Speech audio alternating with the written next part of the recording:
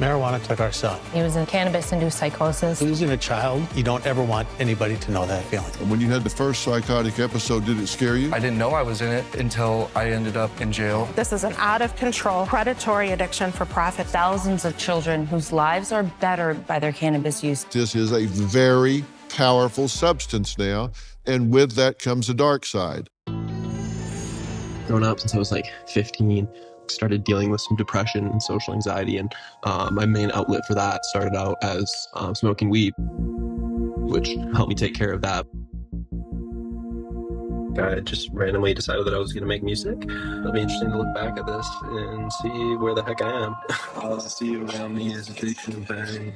All I see around me is addiction and pain. All right, that's it. Now, Heather and Randy say that over the years, Randy Jr.'s marijuana use escalated and he became delusional. He even bought a gun for protection. I called my parents and was like, hey, like something bad is happening. Like I need help. So that gun purchase is more out of some paranoia that I've had. All of a sudden, cops were coming after me, that musicians were going to be coming after me. I didn't know what to do, and I thought I was going to die. And I was just pacing back this hallway here, just going back and forth to that window, checking to make sure no one was coming to kill me. I was in full-blown psychosis. Well, Heather and Randy say that Randy Jr. often talked about getting sober, but this addiction always got the better of him. I've been trying to quit smoking weed. It's really hard because growing up, I was always such a pro-weed guy. I'm 21 now and hope to live to be, living in my 80s, 90s, So this is my last joint for a little bit until I record the album. Shout out to mom and dad for caring. About to be a little naughty, so one more night and I think we'll be done. You never really know. It's hard to fight the feeling. At one point, while deep into his addiction, Randy Jr. tried to get his life back on track, alternating between hope and despair.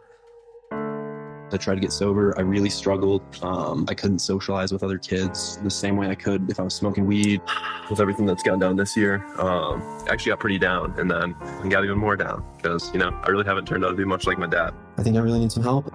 I'm starting to go a little nuts with it. It's 4 a.m. Been making music the last few weeks here, and we're on the final stages. So on the grind here, as you can see. This is the full ashtray from the album. Process of making this, and shout out to anyone who's enjoying it once I post it, once I drop it. And shout out to anyone who makes this documentary happen that I'm filming for, that pray to God I'll be alive for, Seriously. Right before Randy took his own life, he sent his mother a text. In the text, he said, "I'm quitting weed for good and want to surround myself with healthy and happy people. This has been too much for me and for you guys. Love you."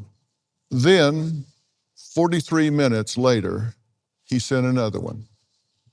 "I love you, and I'm sorry for everything. I love Dad, and the same to him. I wish I would have been a better person." During those early morning hours, Randy Jr. also did 3 internet searches: Jesus, Jesus, Jesus, right? Then tragically, he did take his own life. That was over 2 years ago. Mm-hmm. Now, while he was never officially diagnosed with cannabis-induced psychosis, you believe that marijuana was the reason. Why do you believe that? I know marijuana was the reason that our son died. He was in cannabis-induced psychosis, and he had a lot of the characteristics and symptoms that people will have when they're in that. He was paranoid, he was delusional. It's a process. Originally, it just changed his personality where he became more aggressive, more combative, and that was when he was living with us. He brought a lot of chaos to our house. And then once he got really sick and the paranoia and the delusion set in, he thought the mob was after him. He thought that he talked to God. He thought he talked to the devil. all of these things are very characteristic of cannabis-induced psychosis. Yeah. You agree? You think the same thing? Marijuana took our son. The child he was and who he became were two different people. Do you know why he turned to it to begin with? To begin with that, I really think he turned to it for social acceptance. Right. And, kids were doing it. He hung around with a few kids that were a little bit older, and they were experimenting, and that's really why he did it originally. And then he quickly bought into what the industry touts as their talking points, that it's medicinal and it helps with anxiety and depression, which, eventually he had anxiety and depression, but it wasn't until after he started smoking. Right.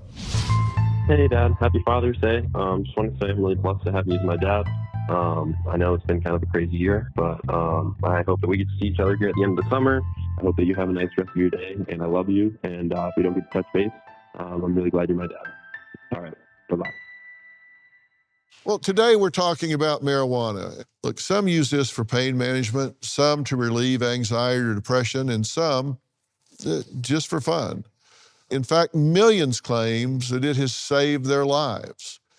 But what happens when marijuana use devolves into something much darker, something much more dangerous? Heather and Randy know all too well about that. Their son, Randy Jr., was 21 years old when he sent that voicemail on Father's Day before he took his own life after struggling with marijuana addiction for years. Now, like Randy, Kobe was in high school when he started smoking marijuana, and he says eventually became addicted. But he is one of the lucky ones. He's sober now and says he and his family went through hell and back just to get him there. A hell that included 3 psychotic episodes brought on by marijuana use. Now, his mother, Linda, captured Kobe in the middle of one of those episodes. Take a look. What have you been doing all day? Just chilling with the homeless. Yeah, where's your car? I left it out. It's okay. I'll buy a new one. With what money? Emmy money. I have an Emmy. I also have a Grammy. I have a couple of E's as well. I don't know. I don't really like to show off my awards or accolades or money. Okay, do you understand what I'm saying? I like to fight for nature and marijuana and the spirit of God, the Holy Trinity. When was the last time you smoked? Like last night. I'm not a big fan of bikes. Why don't you come home and we'll get something to I think eat. we should get kids like miniature cars, and teach them how to drive. Who'd you smoke pot with last night? My friends. Friends share with friends. And I'm a friend of nature, so I will share with humanity, because nature's friends with humanity. Thank you guys for being here. Yes. What'd you think about when I was talking to them? You went through this 3 times, but you came out the other side. I just feel your pain. And I'm so sorry that you went through that. And I know how it is. Mostly, for the most part, I do. It's just one of the hardest things I've ever gone through in my life, or my husband and him. It was a terrible experience. It's just awful. Sorry. When you look back at it now, what do you think about it? Yeah. Okay. I don't deserve to be in this seat. It's crazy. I'm still recovering. It's wild to think the similarities that me and your son had in terms of our interests. Like, if I met him, I know that we would kick it off, right? And he would be one of my good friends. But there's so much to marijuana that nobody really understands yet. And I'm not here to say that weed is evil. I'm here to say that it has the potential to become a demonic force in your life. This video I look back at it and I want to hit myself. I see that video and I want to punch my face. I hate it. I hate that video. It hurts me to even see how I was acting, you know, how rude and insecure and ignorant of Crazy. everything I was doing. How old were you when you started? 14 and a half. So about the same time. And we do have video, and you were a completely different personality. What happened to your feet, Kobe? I was walking a lot. You know, How come you didn't have your shoes on? I like to dance in the sun. Where are your shoes at? Right there, next to my friends. They're my Jesus son, so I can do God's work. How much of those do you remember? It's very fragmented. Comes in and out, you know, just talking about it like for the past couple weeks, constantly, it brings back a lot of stuff. And when you had the first psychotic episode, did it scare you? No, it didn't scare me at all. And, you know, I think about Randy Jr. and, you know, like I said, the similarities that are there and present. And the fact that he's not here right now and I am, I don't know why. I don't know why. And I wish I could say I don't, like, why he's not here right now and I am. It's weird, man. And, you know, I do believe in God. And I think that, you know, your son is an amazing person. I think that he had so much in front of him, and it just, I was right there. So I know what it's like to see that. What do you want people to know about this drug? I would really implore people to know it has consequences. You're playing with the devil's fire. It's inferno, it's bad. You don't want to be associated with something that can do that to you. I have a lot of friends back home that smoke. I live in a city where it's all legal. We have the most dispensaries per capita in the entire United States. So it's all around me. I have to function around it. You can't avoid something like that. You have to learn to avoid it.